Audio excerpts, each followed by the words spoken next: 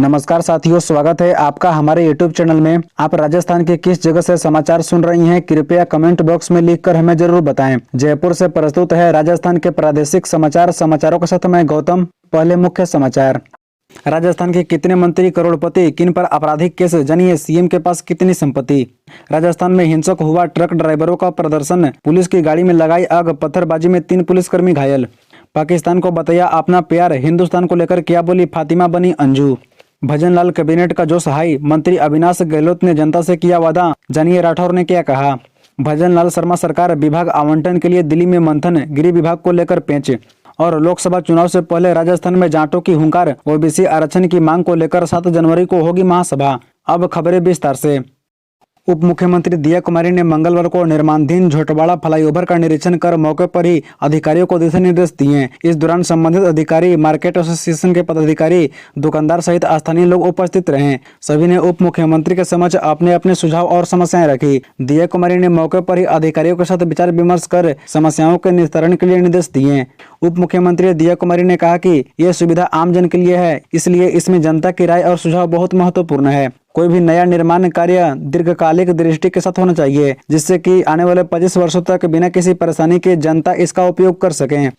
22 जनवरी को अयोध्या में राम मंदिर की प्राण प्रतिष्ठा समारोह है। इसे लेकर राजस्थान में भी जश्न मनाने की तैयारी की जा रही है। इसी बीच नई सरकार के लिए नई चुनौती सामने आ खड़ी हुई है। दरअसल लोकसभा चुनाव को देखते हुए राजस्थान में जाट समाज को केंद्र में ओबीसी आरक्षण देने की मांग मुखर होने लगी है। राजस्थान के भरतपुर और धौलपुर में जाट समाज ने ओबीसी आरक्षण को लेकर आंदोलन करने की तैयारी कर ली है। इसको लेकर 7 जनवरी को जाट समाज की हुंकार महासभा का आयोजन होगा। इसमें करीब 1 लाख लोगों के हिस्सा लेने को लेकर लक्ष्य रखा गया है। साथ ही हुंकार महासभा के लिए समाज की ओर से गांव-गांव में नुक्कड़ सभा का आयोजन करते हुए पीले चावल देकर आमंत्रित किया जा रहा है। राजस्थान सरकार के सभी 25 मंत्री करोड़पति हैं। उनकी औसत संपत्ति 7.08 करोड़ रुपए है। एसोसिएशन फॉर डेमोक्रेटिक रिफॉर्म्स और राजस्थान इलेक्शन वॉच के विश्लेषण के मुताबिक सूबे के 8 मंत्री आपराधिक मामलों का सामना कर रही हैं। एडीआर की उक्त रिपोर्ट बीते विधानसभा चुनाव से पहले दाखिला किए गए हलफनामों पर आधारित है। राजस्थान के वर्तमान मुख्यमंत्री भजनलाल शर्मा के पास 1.46 करोड़ रुपए की संपत्ति है। भजनलाल शर्मा के पास 46 लाख रुपए की देनदारियां भी हैं। उनके खिलाफ एक आपराधिक मामला भी दर्ज है। सबसे अधिक संपत्ति वाले मंत्री लोहावट निर्वाचन क्षेत्र से भाजपा के गजेंद्र सिंह हैं, जिनकी संपत्ति 29.07 करोड़ रुपए है। वहीं झाडोल निर्वाचन क्षेत्र से भाजपा के बाबूलाल खड़ारी के पास सबसे कम 1.24 करोड़ रुपए की घोषित संपत्ति है। राजस्थान सरकार के भजनलाल सरकार कैबिनेट मंत्री अविनाश गहलोत ने पत्नी और परिवार के साथ सचिवालय में पूजा अर्चना करने के बाद मंत्री के तौर पर अपना कार्यभार संभाला। मंत्री ने राज्य और जैतारण के नागरिकों की समृद्धि के लिए 100% योगदान देने पर जोर दिया। उन्होंने एक्स पर एक पोस्ट में लिखा, नए साल 2024 के पहले दिन भगवान के आशीर्वाद से औपचारिक रूप से राजस्थान के मंत्री के रूप में कार्यभार संभाला। बता दें कि अविनाश गहलोत जैतारण विधानसभा का प्रतिनिधित्व करते हैं। वे मौजूदा विधायक हैं जो 2018 से इस निर्वाचन क्षेत्र का प्रतिनिधित्व कर रही हैं। इसी बीच राजस्थान के मंत्री राज्यवर्धन सिंह राठौर ने भी जयपुर में सचिवालय में मंत्री पद का कार्यभार संभाला और कहा कि आने वाले 5 साल राज्य के लिए महत्वपूर्ण है। उन्होंने कहा कि संविधान भी कहता है कि आपकी जो भी जिम्मेदारी है उसे ठीक से निभाएं। ये 5 साल राजस्थान के लिए बहुत महत्वपूर्ण है। राजस्थान में मंत्रियों का बंटवारा सीएम भजनलाल शर्मा के लिए चुनौती बना हुआ है। विस्तार के 3 दिन बाद भी बंटवारा नहीं हो पाया। माना जा रहा है कि कार्मिक, वित्त और गृह विभाग को लेकर पेंच फंसा हुआ है। तीनों विभाग सीएम अपने पास रखना चाहते हैं, जबकि डिप्टी सीएम दिया कुमारी वित्त या गृह विभाग के लिए अड़ी हुई है। हालांकि खुलकर बात सामने नहीं आई है। बता दें कि राजस्थान में बहुमत मिलने के बाद 27 दिन बाद मंत्रिमंडल का विस्तार हुआ था। ऐसे में माना जा रहा है कि मंत्रियों के विभाग का बंटवारा होने में समय लग सकता है, क्योंकि पार्टी का एक धड़ा चाहता है कि सीएम के पास तीनों विभाग होने चाहिए। ऐसे में डर इस बात का भी है कि कांग्रेस हमलावर हो सकती है, क्योंकि गहलोत के पास तीनों ही विभाग थे। कानून व्यवस्था को लेकर बीजेपी गहलोत पर निशाना साधती रही है। ऐसे में अब कांग्रेस के निशाने पर सीधे सीएम भजनलाल शर्मा आ सकते हैं। राजस्थान में अन्य राज्यों की अपेक्षा पेट्रोल और डीजल के दाम ज्यादा हैं। इधर इंटरनेशनल मार्केट में कच्चे तेल के दाम गिर चुके हैं। ऐसे में अब लोगों की उम्मीद बीजेपी सरकार से बढ़ चुकी है। विधानसभा चुनाव के दौरान पीएम मोदी ने भरतपुर जनसभा में पेट्रोल डीजल के दामों पर समीक्षा करने का वादा किया था। ऐसे में बीजेपी की राजस्थान में सरकार बन चुकी है। अब माना जा रहा है कि 100 दिनों के संकल्प अभियान के तहत भाजपा नए साल में पेट्रोल डीजल के दामों को लेकर लोगों को बड़ी सौगात दे सकती है। अगर ऐसा हुआ तो यह राजस्थान के लोगों के लिए बड़ा तोहफा होगा, क्योंकि यहाँ के लोगों का पेट्रोल डीजल देश के अन्य राज्यों से अधिक दाम चुकाने पड़ रहे हैं। हिट एंड रन कानून को लेकर देश भर में बवाल मचा हुआ है। राजस्थान में बस और ट्रक ड्राइवर भड़के हुए हैं और लगातार विरोध प्रदर्शन कर रही हैं। यहाँ कुछ हिस्सों में प्रदर्शन अब उग्र होता नजर आ रहा है। राजस्थान के केकड़ी जिले में विरोध प्रदर्शन के दौरान सुरक्षा कर्मियों को निशाना बनाने की खबर सामने आई है। पुलिस ने इस बारे में जानकारी देते हुए बताया कि केकड़ी में भीड़ ने पुलिस की एक गाड़ी को आग के हवाले कर दिया, सुरक्षा कर्मियों पर पथराव किया। इसमें 3 सुरक्षा कर्मियों को घायल होने की खबर है।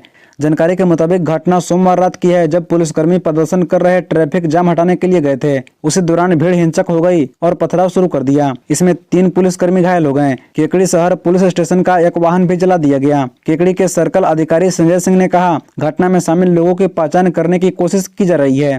पूर्व प्रधानमंत्री अटल बिहारी वाजपेयी के जयंती पर मनाए जा रहे हैं सुशासन पखवाड़ा के अंतर्गत 3 दिवसीय स्वच्छता अभियान के तहत स्वच्छ जयपुर स्वच्छ प्रदेश का नारा दिया गया। मंगलवार को हवा महल विधायक बालमुकुंद आचार्य ने सुभाष चंद्र बोस की प्रतिमा की सफाई कर माल्यार्पण किया। इसके बाद स्थानीय लोगों और कार्यकर्ताओं के साथ बालमुकुंद आचार्य ने सुभाष चौक की मुख्य सड़क पर सफाई कर स्वच्छता का संदेश दिया। स्वच्छता अभियान के लिए जन जन को जागरूक किया। इस दौरान बालमुकुंद आचार्य ने कहा कि प्रधानमंत्री नरेंद्र मोदी द्वारा स्वच्छ भारत की जो नींव रखी गई, उस मुहिम को राजस्थान की जनता तक पहुंचाने के लिए हम प्रतिबद्ध हैं। इस मुहिम के तहत स्वच्छता ही सेवा का संदेश जन जन तक पहुंचाया जा रहा है। इन कार्यक्रमों के माध्यम से स्वच्छता के क्षेत्र में प्रदेश को बेहतर बनाने के लिए जनशक्ति ने सहभागिता दर्ज कराई। पाकिस्तान में 4 महीने अधिक समय तक प्रेमी नसरुल्लाह के साथ बिताकर लौटी अंजू स्वीकार कर चुकी है कि उसने पड़ोसी मुल्क में अपना धर्म बदल लिया। ईसाई धर्म को मानने वाली अंजू ने वहां इस्लाम कबूल कर लिया। पिछले दिनों भारत लौटी अंजू ने कहा कि पाकिस्तान में उसने अपना धर्म बदला और उसे नया नाम फातिमा दिया गया। एक ताजा इंटरव्यू में अंजू से पूछा गया कि उसे अब क्या कहना पसंद है। जिंदगी के दोराहे पर खड़ी अंजू ने कहा कि उसकी दोनों ही पहचान है। उसने पाकिस्तान को अपना प्यार बताया तो हिंदुस्तान को माँ। उन्होंने कहा कि मैं चाहती हूँ कि दोनों नाम को एक साथ बुलाया जाए, अंजू फातिमा। अंजू फातिमा ने आगे कहा, मेरा भारत अपना देश है, मैं इसकी बेटी हूँ, मैं अपने देश से प्यार करती हूँ, मैं यहाँ की नागरिक हूँ, मैं अपने देश के खिलाफ कुछ नहीं किया है। पाकिस्तान मेरा प्यार है, भारत देश मेरी माँ है।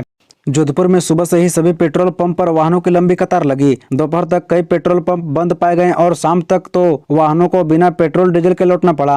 पंप चालकों का स्टॉक किया पेट्रोल डीजल अब समाप्त हो चुका है।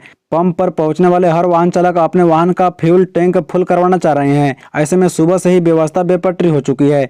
बता दें कि टैंकर चालकों की हड़ताल के कारण पेट्रोल सप्लाई बंद है। ऐसे में शहर के 80% पंप ड्राई हो चुके हैं। जोधपुर में एक दिन में 5 लाख लीटर पंप की खपत है। दरअसल यह आलम इसलिए है क्योंकि हिट एंड रन मामले में बदले कानून के चलते टैंकर ड्राइवर हड़ताल पर हैं और जोधपुर में 2 दिन में पेट्रोल की सप्लाई रुकी हुई है। आम जनता इस स्थिति को भांपते हुए पहले से ही अपने वाहनों के फ्यूल टैंक फुल करवाना चाह रही है। ऐसे में पंप पर एक्स्ट्रा स्टॉक भी खत्म हो चुका है। कई पेट्रोल पंप ने बंद का बोर्ड टांग दिया। मुख्यमंत्री बनने के बाद भजनलाल शर्मा आज पहली बार सीकर रहे हैं। वह सीकर के धोद इलाके में बोसना गांव में आयोजित विकसित भारत संकल्प यात्रा कैंप का निरीक्षण करेंगे। इसके बाद उनके नागौर और जयपुर जाने का कार्यक्रम है। मुख्यमंत्री के विशेष अधिकारी योगेश कुमार श्रीवास्तव के अनुसार मुख्यमंत्री भजनलाल शर्मा हेलीकॉप्टर के जरिए आज 1 बजे जयपुर से रवाना होंगे, जो करीब 1:30 पर बोसाना पहुंचेंगे। यहाँ करीब 1 घंटे रुकने के बाद वह 2:30 बजे नागौर के खियाला में जाएंगे। बता दें कि आज बोसाना में कार्यक्रम गवर्नमेंट सीनियर सेकेंडरी स्कूल में आयोजित होगा। पास ही हेलीपैड भी बनाया गया है। आपको बता दें कि धोद क्षेत्र में वर्तमान में भाजपा के गोवर्धन वर्मा विधायक हैं। इस बार हुए विधानसभा चुनाव में भाजपा ने सीकर जिले में 8 में से 3 सीटें जीती। सीकर जिला कलेक्टर सौरभ स्वामी ने शीतकालीन अवकाश के दौरान प्राइवेट स्कूलों के संचालन को लेकर स्कूल संचालकों को फटकार लगाई है। कलेक्टर ने अधिकारियों को अवकाश के दौरान स्कूल चलाने वाले संचालकों पर कार्रवाई करने के आदेश दिए। कलेक्टर सभागार में आयोजित बीसी में कलेक्टर सौरभ स्वामी ने कहा कि 25 दिसंबर से 5 जनवरी तक प्रदेश के सभी सरकारी व प्राइवेट स्कूलों में शीतकालीन अवकाश घोषित है, लेकिन प्राइवेट स्कूल संचालक अवकाश के दौरान भी स्कूलों का संचालन कर रही हैं, जो सरकारी निर्देशों की स्पष्ट अवहेलना है। कलेक्टर ने मुख्य जिला शिक्षा अधिकारी को निर्देशित करते हुए कहा कि अवकाश के दौरान स्कूल खोलने वाले प्राइवेट स्कूल संचालकों पर कड़ी कार्रवाई हो। इसके अलावा अपने कार्यालय में कंट्रोल रूम स्थापित कर रोजाना की रिपोर्ट जिला कलेक्ट्रेट कार्यालय को भिजवाएं। बाड़मेर जिला मुख्यालय से 15 किलोमीटर दूर एयरफोर्स के पास वन विभाग की जमीन पर अचानक झोपड़िया में आग लग गई। हवा के चलते आग ने चंद मिनटों में विकराल रूप ले लिया। करीब 2.5 किलोमीटर तक झाड़िया में आग फैल गई। आग देखकर जिला प्रशासन और एयरफोर्स और जिला अधिकारियों के हाथ पैर फूल गए। सूचना मिलने पर air force, care India, civil defence, JSW और नगर परिषद की फायर ब्रिगेड मौके पर पहुंची। जेसीबी मशीनों गड्ढा खोदकर एयरफोर्स के जवान आग पर काबू पाने का प्रयास किया जा रहा है। बता दें कि स्थानीय लोगों के मुताबिक कल मंगलवार करीब 4:30 पर एयरफोर्स एरिया के नजदीक अचानक झोपड़िया में आग लग गई। आग तेज हवा के चलते चंद मिनटों में फैलने लग गई। आग नेशनल हाईवे के दोनों तरफ तक फैल गई। आग की लपेटें देख आसपास के लोगों ने जिला प्रशासन को सूचना दी। इसके बाद एयरफोर्स अधिकारी, जवान, बाड़मेर तहसीलदार सहित अधिकारी मौके पर पहुंचे। जयपुर में होने वाले DGIG सम्मेलन में भारत के गृह मंत्री अमित शाह 3 दिन तक शामिल होंगे। वह 5 से 7 जनवरी तक जयपुर में रहकर इस सम्मेलन में हिस्सा लेंगे। प्रधानमंत्री नरेंद्र मोदी 6-7 जनवरी को जयपुर में रहेंगे। PM और गृह मंत्री की सुरक्षा को देखते हुए SPG के अधिकारी जयपुर में सुरक्षा इंतजाम पहले ही कर चुके हैं। इस सम्मेलन में अमित शाह मुख्य अतिथि रहेंगे, जबकि राष्ट्रीय सुरक्षा सलाहकार अजित डोभाल कार्यक्रम की अध्यक्षता कर सकते हैं। पुलिस मुख्यालय और राज्य कमिश्नरेट पुलिस की ओर से तैयार सुरक्षा इंतजाम पर SPG ने अपना काम शुरू कर दिया है। बुलेट प्रूफ गाड़ियों का इंतजाम किया गया है। गृह मंत्री को 3 दिनों तक सोडाला के पास एक गेस्ट हाउस में ठहराया जाएगा। इस सेमिनार में देश के 28 राज्यों के DGIG और 8 केंद्र शासित प्रदेशों के IG शामिल होंगे। 150 से अधिक सरकारी अधिकारियों के लिए विधानसभा के पास बने विधायक क्वार्टरों में इंतजाम किया गया है। इन अधिकारियों की सुरक्षा जिम्मेदारी जयपुर पुलिस के पास है।